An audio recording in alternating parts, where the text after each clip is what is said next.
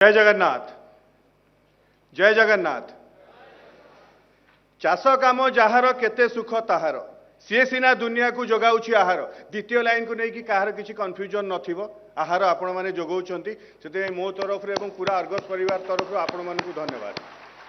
किंतु चाष काम जार केते सुख ताहार आपण आखिरे लुह थाई कि छाती रे कोह थाई कि आपण शुणी शुणी आसिले आपण माने खुशी तो बारंबार शुणिले किंतु आखिरे लुह थिला छाती रे कोह थिला। किंतु एबे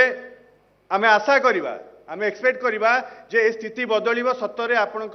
मुहरे हस फुटिबो एवं जो विजन अच्छी जहाँ कहते उपमुख्यमंत्री माननीय उपमुख्यमंत्री कहते प्रमुख सचिव कृषि विभाग भी कहते जो विजन अच्छी से विजन दिगरे जदि ये सरकार काम करती ताले निहाती खुशी हम एवं आपण मुहरे खुशी फुटिबो एवं अर्गस गोटे दायित्व संपन्न गणमाध्यम हिसाब रे ये चतुर्थ वर्ष आम एग्रीकल्चर एग्री विकास कनक्लेव ये करुचु जे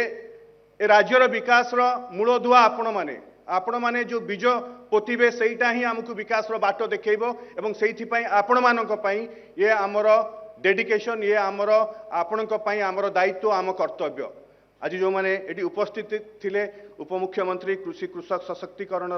मंत्री मान्यवर श्री कनकवर्धन सिंहदेव आमको उत्साहित करथिले एवं एटी उपस्थित अछंती श्री प्रदीप बड़सामंत समवाय मंत्री हस्ततंत्र बयन शिल्प मंत्री विभिन्न समय आमको उत्साहित करिसेंती आम साथ देइसेंती एवं आम सहित उपस्थित थिले डॉक्टर अरविंद कुमार पाढ़ी प्रमुख सचिव कृषि और कृषक सशक्तिकरण विभाग। मुझा कहली गोटे दायित्व संपन्न गणमाध्यम हिसाब रे आम दायित्व निभैछु ये केवल गोटे एग्री कनक्लेव नुह वर्ष तमाम आमे चाषी एवं सरकार मध्य गोटे ब्रिज काम करिछु तांका समस्या को राज्य सरकार का सामना को आनीचु एवं राज्य सरकार का विभिन्न योजना को चाषी पाखरे पहुँचेछु एवं ए प्रतिश्रुति दौछु ये वर्षर काम नुह